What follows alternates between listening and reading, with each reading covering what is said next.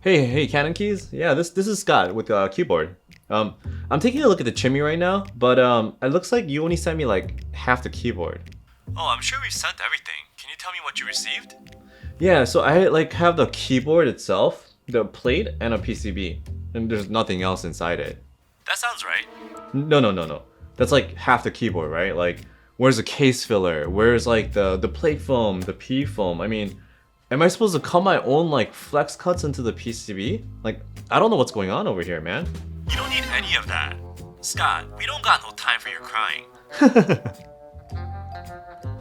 Welcome back to the channel, guys. This is Scott K. I don't know. Maybe I got way too used to building more modern keyboards, but you know, when I received a new Chimera65 R1 sample from Cannonkeys, I was like, huh? Literally, I opened up a keyboard from like 5 years ago, which the original Chimera is from, right? The keyboard, the PCB and plate, that was it.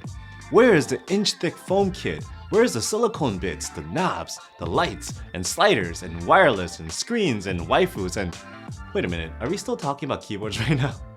Exactly, that is what happened to custom keyboards these days. Cannonkeys decided, you don't need any of that. Yes, you can still stuff the Chimmy with foam. You can still order that if you want, it's part of the kit. However, Cannonkeys was so confident that a properly designed and tuned keyboard can do without anything. They sent me a bareback sample to try out. Well, so what happened? Did they make the right decision? Well, let's find out. So like I said, I received this sample in its carrying case, expecting to see like just exploding with stuff. Then I opened it up and bam! Besides the screws and stuff like that, inside, there were like 3 things. That's right.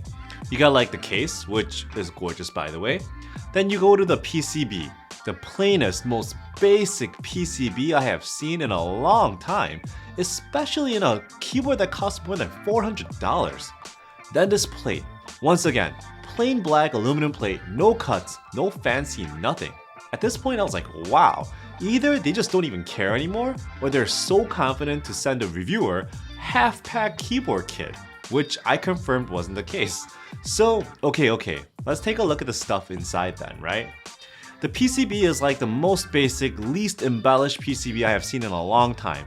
There's like absolutely nothing to this PCB. No cuts, no lights, no fancy anything. It's like just a PCB. I was like, wait, maybe they made it thin at least, right? Nope. It's a regular old 1.6mm, regular as hell PCB.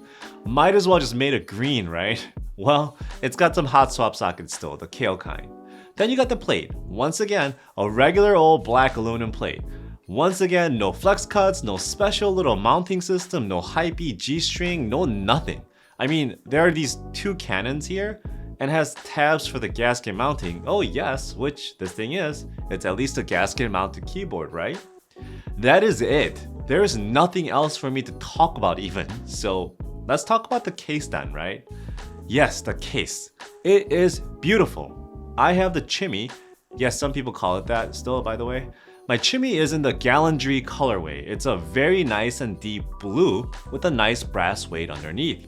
Can't really go wrong with that color scheme, right? Blue and gold. So hey, I think this looks really pretty. One of the details I have noticed about this case is that it's a very rounded keyboard. There aren't many sharp edges or cuts pretty much anywhere.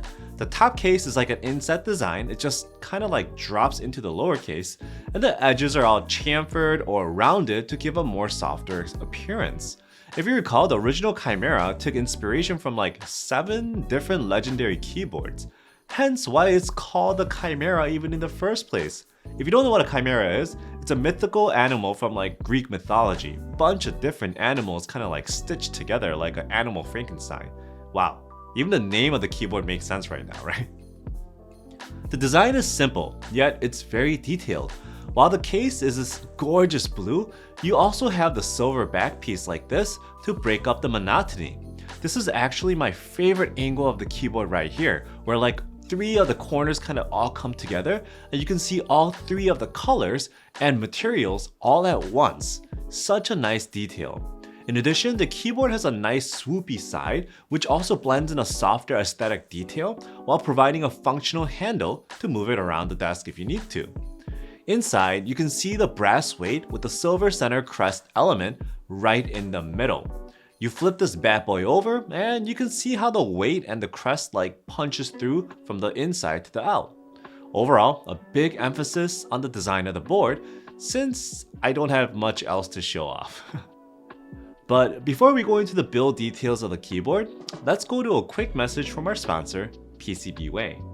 PCBWay is an online service that helps you print PCBs, do 3D printing, or even CNC machining. If you're an aspiring keyboard designer or whatever else designer, you can take your design and simply upload it to get something made quick. Or, if you have the source code for a PCB that you already have and you need a replacement, you can also get that done as well. They can handle all types of PCBs from your simple single layer designs to multi-layer stacks. Beyond PCBs, if you want to try making your own case, PCBWay can machine that as well. Now, a very exciting new service that PCBWay offers, OEM. Instead of just making a single component, you can actually task PCBWay to be an OEM manufacturer and make the whole thing. They can do anything from PCBs to CNC cases to even assembly. And using global manufacturing, they can offer very competitive prices. Is there a keyboard on the horizon? Well, check out OEM at PCBWay. Alright, so here is something new, something very 2023. As usual, you can find a daughter board of the Chimera located in the rear and center of the case, like so. However, this is very unique. Instead of the standard JST connection, the Chimera is using a new low-profile Molex connection instead.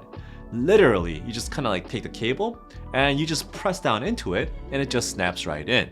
As you can see right here, this type of connection is very low profile. It actually comes in thinner than even the hot swap socket. So no more hard spots caused by the JST housings, right?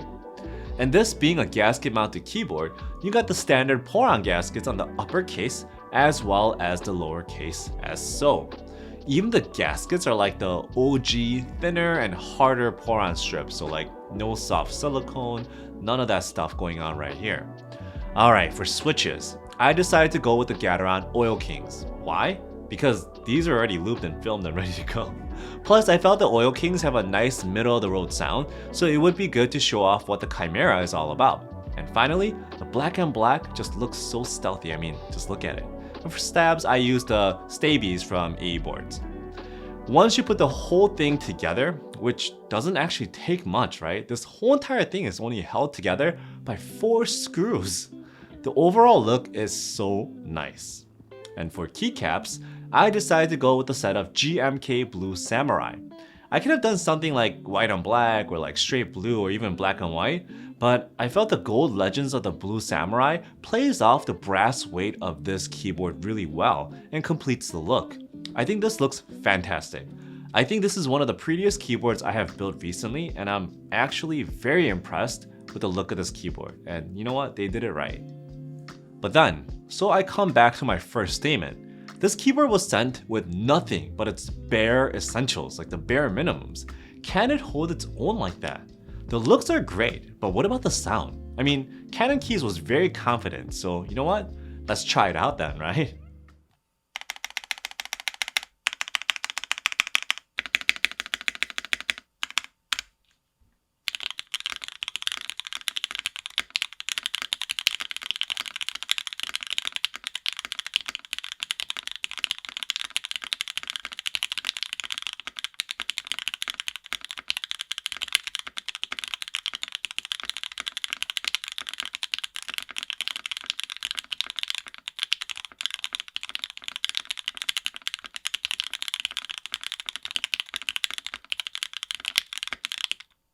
It's got that nice and crispy sound, no ping, no hollowness. It's vibrant, almost sounds like a top mount. It's on the higher end of the sound spectrum, and it sounds very, very clean to me. Yeah, this is a bare naked keyboard trying to fit in 2023. And you know what? It doesn't just fit in, it kind of just comes in and straight slays.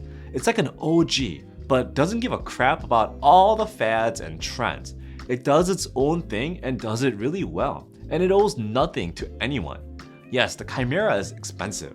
This standard version I have right here is $450. There's like a special edition that's like in the 600s. And yes, when I first saw how sparse the package was, I was a bit concerned. I mean, I didn't even spend any money on it, and I have to give this thing back, but I felt a little bit cheated. Like, I ordered a Chipotle burrito, it didn't come with enough chicken. But like after building it out, after typing on it and hearing how it sounds, I was like, yo, this is the right amount of chicken, bruh. Any more and the tortilla would have burst. And nobody got time for that, right? One thing to note, the keyboard doesn't care about being flexible. You can see right here, it's a pretty stiff design. However, being gasket mounted, it still isolates pretty well. It's not an uncomfortable keyboard by any means. But if you're looking for like a finger trampoline, you won't get that with the Chimera. And you know what? Chimera don't have time for your crying at all. As usual, if you enjoy the video, please like and subscribe, and I have more content for you in the future. Thanks.